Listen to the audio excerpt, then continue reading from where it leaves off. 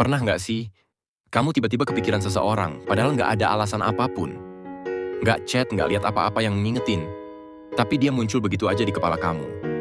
Dan yang bikin merinding, ini sering terjadi berulang kali. Banyak yang bilang, itu bukan kebetulan. Katanya saat kamu terus memikirkan seseorang, sebenarnya dia juga sedang memikirkanmu. Tapi, apakah itu benar? Atau jangan-jangan, selama ini kita cuma sedang ditipu oleh pikiran kita sendiri? Di video ini, kita akan bongkar faktanya, dari sisi psikologi sampai sudut pandang yang lebih dalam, yang mungkin belum pernah kamu dengar sebelumnya. 1. Menurut teori keterikatan emosional, kalau kamu terus memikirkan seseorang, seringkali itu bukan karena dia memanggilmu secara misterius, tapi karena hatimu sendiri belum benar-benar melepaskannya. Dalam psikologi, ada konsep yang dikenal sebagai attachment theory, yang menjelaskan bagaimana manusia membentuk ikatan emosional yang kuat dengan orang lain. Teori ini pertama kali dikembangkan oleh John Bowlby, yang menyatakan bahwa ketika kita merasa terhubung secara emosional dengan seseorang, otak kita akan menyimpan orang itu sebagai bagian penting dari sistem kebutuhan kita. Mirip seperti rasa aman, kenyamanan, dan bahkan identitas diri. Artinya, ketika seseorang sudah masuk ke dalam ruang penting di pikiran dan perasaanmu, dia tidak akan mudah hilang begitu saja. Bahkan tanpa interaksi, tanpa komunikasi, tanpa alasan yang jelas, otakmu tetap akan memunculkan dia berulang kali. Kenapa bisa begitu? Karena setiap kenangan tentang dia tersimpan bersama emosi. Bukan cuma ingatan biasa, tapi ingatan yang punya rasa. Bahagia, nyaman, rindu, kecewa, atau bahkan sakit. Dan otak manusia secara alami lebih mudah mengingat sesuatu yang emosional dibanding yang biasa saja. Semakin kuat emosinya, semakin sering dia muncul. Itulah kenapa kamu bisa tiba-tiba teringat dia saat sedang sendiri, saat malam hari, atau saat pikiranmu sedang kosong. Bukan karena dia sedang memikirkanmu, tapi karena otakmu sedang mengulang sesuatu yang pernah terasa sangat berarti. Ada hal lain yang lebih dalam lagi. Ketika kamu pernah merasa utuh atau lebih hidup bersama seseorang, otakmu akan mengasosiasikan dia dengan versi terbaik dari dirimu sendiri.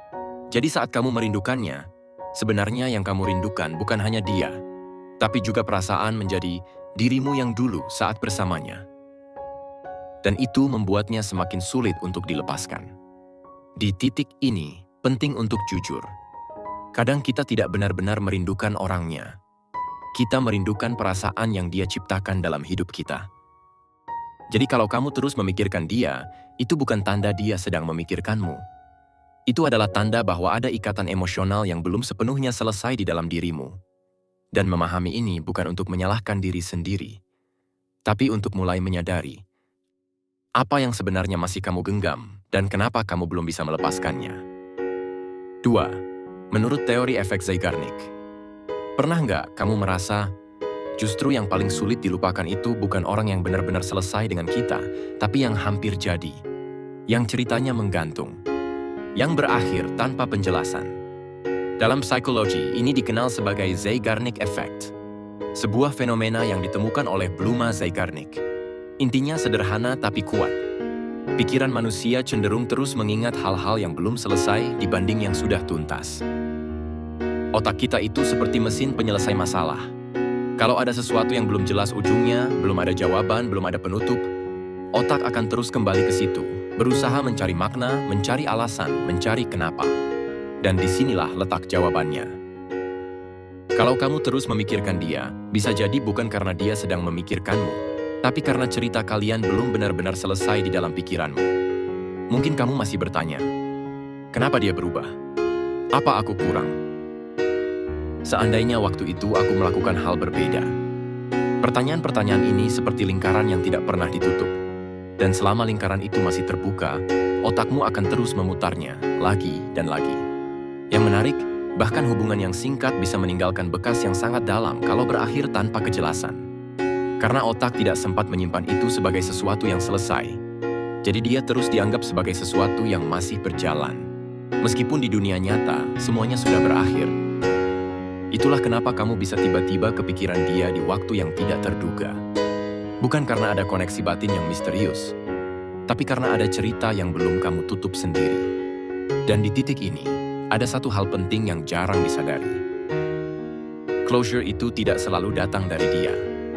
Kadang, kamu harus menciptakan penutupnya sendiri. Bukan dengan jawaban dari dia, tapi dengan penerimaan dari dirimu sendiri. Karena selama kamu masih menunggu penjelasan dari luar, pikiranmu akan terus kembali ke masa lalu, mencoba menyelesaikan sesuatu yang sebenarnya sudah tidak bisa diulang lagi. 3. Menurut teori priming dan trigger lingkungan, kadang kamu merasa, ini aneh, kok tiba-tiba kepikiran dia? Padahal kalau ditelusuri lebih dalam, hampir tidak ada yang benar-benar tiba-tiba.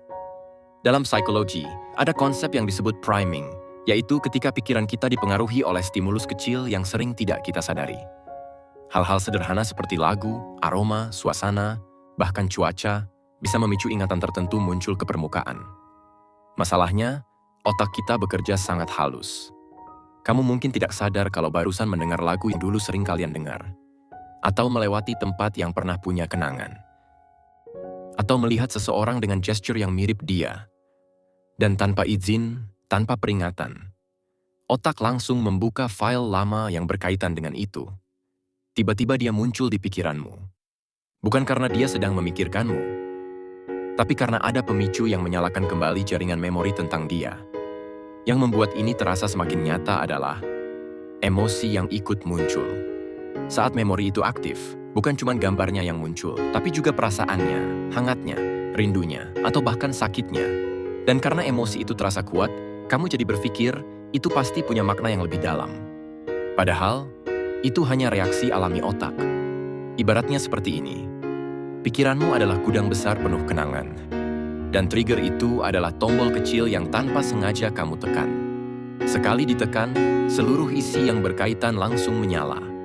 Yang menarik, semakin sering kamu memikirkan dia, semakin sensitif otakmu terhadap trigger yang berhubungan dengannya.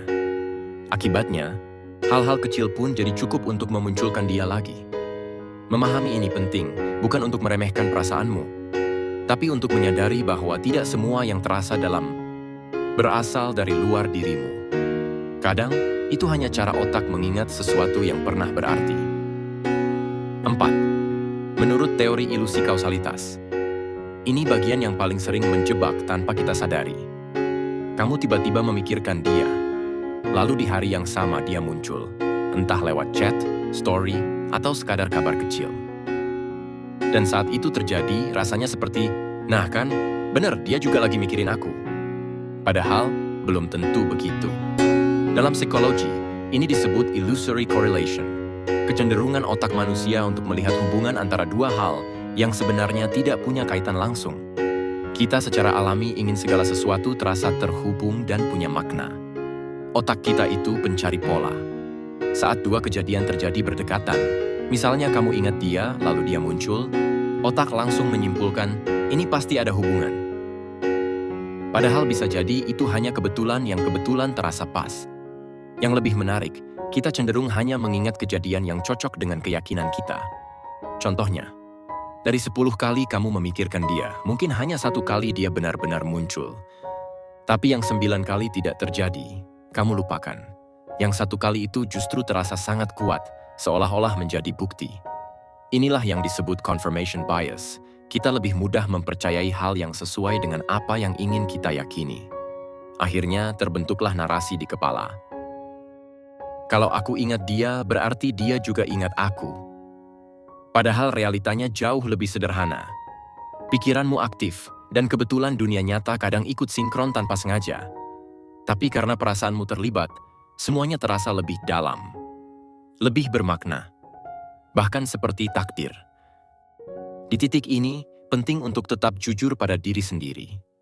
Bukan berarti semua itu salah atau harus ditolak mentah-mentah. Tapi jangan langsung menganggap setiap kebetulan sebagai tanda. Karena kalau tidak, kamu bisa terjebak dalam harapan yang sebenarnya dibangun oleh pikiranmu sendiri, bukan oleh kenyataan. Dan memahami ini bukan untuk mematikan perasaan, tapi untuk menjaga dirimu tetap berpijak pada sesuatu yang nyata. 5. Menurut perspektif spiritual dan energi. Di luar penjelasan psikologi, ada juga cara pandang yang lebih halus dan sering dipercaya banyak orang, bahwa dua jiwa bisa saling terhubung, bahkan tanpa komunikasi fisik. Dalam berbagai kepercayaan, ada konsep yang mirip seperti telepati. di mana pikiran dan perasaan seseorang bisa terkirim ke orang lain melalui energi batin. Ada juga gagasan tentang ikatan jiwa, yaitu hubungan emosional yang begitu dalam sampai terasa seperti tidak pernah benar-benar terputus. Di sudut pandang ini, ketika kamu terus memikirkan seseorang, itu dianggap bukan sekadar kebetulan, tapi sebagai resonansi, seolah-olah ada frekuensi yang sama antara kamu dan dia. Makanya sering muncul kalimat seperti, "Kalau kamu ingat dia terus, berarti dia juga lagi ingat kamu." Dan jujur saja, konsep ini terasa sangat menenangkan. Karena memberi harapan bahwa hubungan itu masih ada meski tidak terlihat. Tapi di sini penting untuk tetap seimbang. Sampai saat ini, belum ada bukti ilmiah yang benar-benar bisa memastikan bahwa pikiran seseorang bisa langsung memengaruhi pikiran orang lain dari jarak jauh. Jadi semua ini lebih masuk ke ranah keyakinan, bukan fakta yang bisa diuji secara objektif. Bukan berarti harus ditolak sepenuhnya, tapi juga jangan langsung dijadikan satu-satunya kebenaran. Karena ada satu hal yang sering terlewat. Kadang kita memilih percaya pada koneksi yang tidak terlihat. Karena kita belum siap menerima kenyataan yang terlihat jelas. Bahwa mungkin yang masih terhubung kuat, bukan dia ke kamu, tapi kamu ke dia. Dan memahami ini bukan untuk menghancurkan harapan, tapi untuk mengembalikan kendali ke dirimu sendiri. Karena pada akhirnya, yang paling bisa kamu pahami dengan pasti bukan apa yang dia rasakan, tapi apa yang benar-benar terjadi di dalam dirimu. 6. Menurut konsep bias memory dan perasaan sepihak. Ini mungkin bagian yang paling jujur, tapi juga paling sulit diterima. Kadang, alasan kamu terus memikirkan dia bukan karena ada koneksi dua arah, tapi karena perasaan itu masih lebih kuat di kamu dibanding di dia. Dalam psikologi, ada yang disebut memory bias. Cara otak kita memilih kenangan mana yang ingin ditonjolkan. Ditambah lagi dengan confirmation bias, kita jadi cenderung hanya mengingat hal-hal yang mendukung harapan kita. Misalnya seperti ini. Kamu sering memikirkan dia. Lalu suatu hari dia muncul, entah nge-like, lihat story, atau sekadar update kecil. Dan kamu langsung merasa, dia pasti masih mikirin aku juga. Padahal, bisa jadi itu hal biasa. Tapi karena kamu sudah punya perasaan, otakmu langsung menjadikannya bukti. Sementara semua momen ketika dia tidak muncul, tidak mencari kamu, tidak memberi tanda apapun, perlahan kamu abaikan.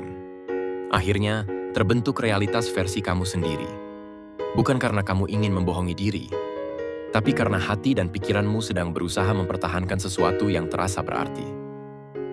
Ada satu hal yang lebih dalam lagi. Ketika kita pernah memberi perasaan yang tulus, kita cenderung percaya bahwa orang lain juga merasakan hal yang sama dengan intensitas yang sama. Padahal kenyataannya, perasaan tidak selalu seimbang. Dan disitulah muncul rasa seolah-olah terhubung. Padahal yang sebenarnya terjadi adalah satu arah. Ini bukan tentang siapa yang benar atau salah. Ini tentang keberanian untuk melihat kenyataan tanpa dibungkus harapan.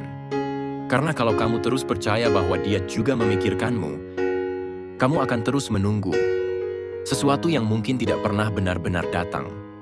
Dan memahami ini bukan berarti kamu harus langsung melupakan dia. Tapi setidaknya, kamu mulai sadar yang selama ini terasa seperti sinyal dari dia. Bisa jadi hanyalah gema dari perasaanmu sendiri. Jadi, ketika kamu terus memikirkan seseorang, itu tidak selalu berarti dia juga sedang memikirkanmu. Bisa jadi itu karena ikatan emosional yang belum lepas. Bisa karena cerita yang belum selesai di pikiranmu. Bisa karena hal-hal kecil di sekitarmu yang tanpa sadar memicu kenangan. Atau bahkan, karena pikiranmu sendiri sedang menciptakan makna dari kebetulan. Dan ya, ada juga sudut pandang spiritual yang mempercayai adanya koneksi batin. Tapi pada akhirnya, satu hal yang paling pasti adalah, apa yang kamu rasakan itu nyata, meskipun penyebabnya belum tentu seperti yang kamu bayangkan. Yang sering luput kita sadari, bukan soal apakah dia memikirkanmu atau tidak, tapi kenapa kamu masih memikirkan dia. Karena disitulah jawabannya. Mungkin ada rasa yang belum selesai. Mungkin ada harapan yang belum kamu lepaskan. Atau mungkin ada bagian dari dirimu yang masih tertinggal di masa lalu. Dan itu tidak apa-apa. Tapi jangan sampai kamu terus menggantungkan perasaanmu pada sesuatu yang belum tentu nyata. Jangan biarkan pikiranmu membangun harapan yang membuatmu sulit melangkah. Karena pada akhirnya, yang paling penting bukan tentang dia, tapi tentang kamu. Tentang bagaimana kamu memahami perasaanmu, menerima kenyataan, dan perlahan belajar melepaskan. Kalau memang dia juga memikirkanmu, waktu akan mempertemukan. Tapi kalau tidak, setidaknya kamu tidak kehilangan dirimu sendiri hanya karena terus menunggu sesuatu yang belum pasti.